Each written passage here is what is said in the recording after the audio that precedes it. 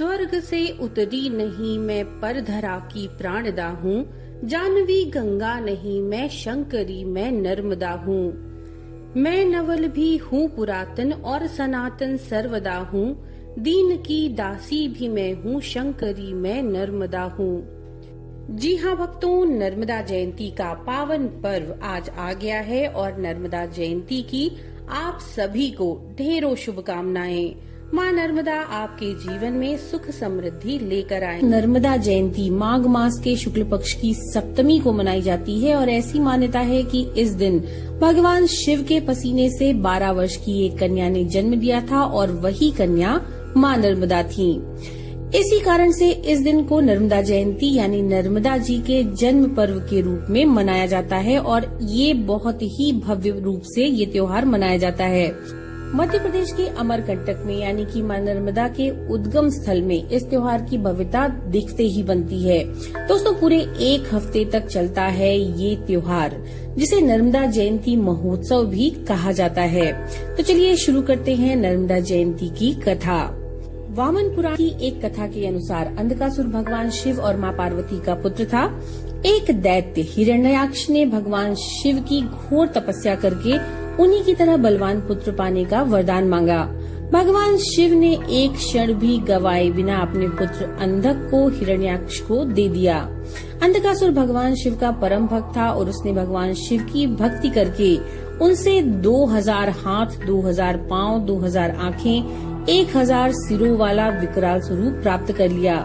लेकिन जैसे ही हिरण्याक्ष की ताकत बढ़ने लगी, उसके अत्याचार भी बढ़ते गए। भगवान विष्णु ने वराह अवतार लेकर हिरण्याक्ष का वध कर दिया और पिता की मृत्यु की खबर सुनते ही अंधकासुर के मन में बदले की भावना जल उठी। वह भगवान विष्णु और महादेव को अपना शत्रु मानने लगा। अंधकासुर ने अपने बल और पराक्रम से देवलोक पर अपना आधिपत्य जमा लिया और ऐसा कहा जाता है कि राहु और केतु के बाद अंधकासुर इकलौता ऐसा दैत्य था जिसने अमृत पान किया था। देवलोक पर अपना आधिपत्य जमाने के बाद अंधकासुर ने कैलाश की ओर अपना रुख किया और कैलाश में अंधकासुर और महादेव के बीच घोर युद्ध हुआ, जिसमें भगवान शिव ने अंधकासुर का वध कर दिया। अंधकासुर का वध होने के बाद देवताओं को भी अपने द्वारा किए गए पापों का ज्ञान हुआ और सभी देवता भगवान विष्णु और ब्रह्मा भगवान शिव के पास आते हैं, जो कि मेकल पर्वत पर समाधिस्थ थे। भगवान शिव अंधकासुर राक्षस का वध करके शांत सहज समाधि भाव में बैठे हुए थे। बहुत सारी स्तुतियों और वंदना और प्रार्थना करने के बाद भगवान शिव ने अपनी आंखें खोली। सभी देवता निवेदन करते हैं कि हे भगवान, अनेकों प्रकार के विलास भोगों और असंख्य दैत्यों के वध से हमारी आत्मा पापी हो चुकी है। इसका निवारण भला कैसे किया जाए? कैसे हम पुण्य की प्राप्ति करें? इसके बाद भगवान शिव के सर से पसीने की एक बूंद धरती पर गिरी। कुछ ही क्षणों में वह बूंद तेजोमय कन्या के रूप में परिवर्तित हो गई। उस कन्या का नाम नर्मदा रखा गया और अनेकों वरदानों से उसे कृतार्थ किया गया। भगवान शिव ने नर्मदा को माघ मास के शुक्ल पक्ष की सप्तमी से नदी रूप में बहने और लोगों के पाप हरने का आदेश दिया। नर्मदा के अवतरण की इसी तिथि को नर्मदा जयंती मनाई जाती है। भगवान शिव से आदेश मिलने के बाद मां नर्मदा प्रार्थना करते हुए कहती हैं कि हे भगवान, मैं कैसे लोगों के पापों को दूर कर सकती हूँ। तब भगवान विष्णु नर्मदा माँ को आशीर्वाद देते हैं। नर्मदे त्वं महाभागा सर्व पाप हरि भव, त्वदत्सु याः शिलाः सर्वा शिव कल्पा भवन्तुता। अर्थात हे नर्मदा, तुम्हारे अंदर संसार के सभी पापों को हरने की क्षमता होगी।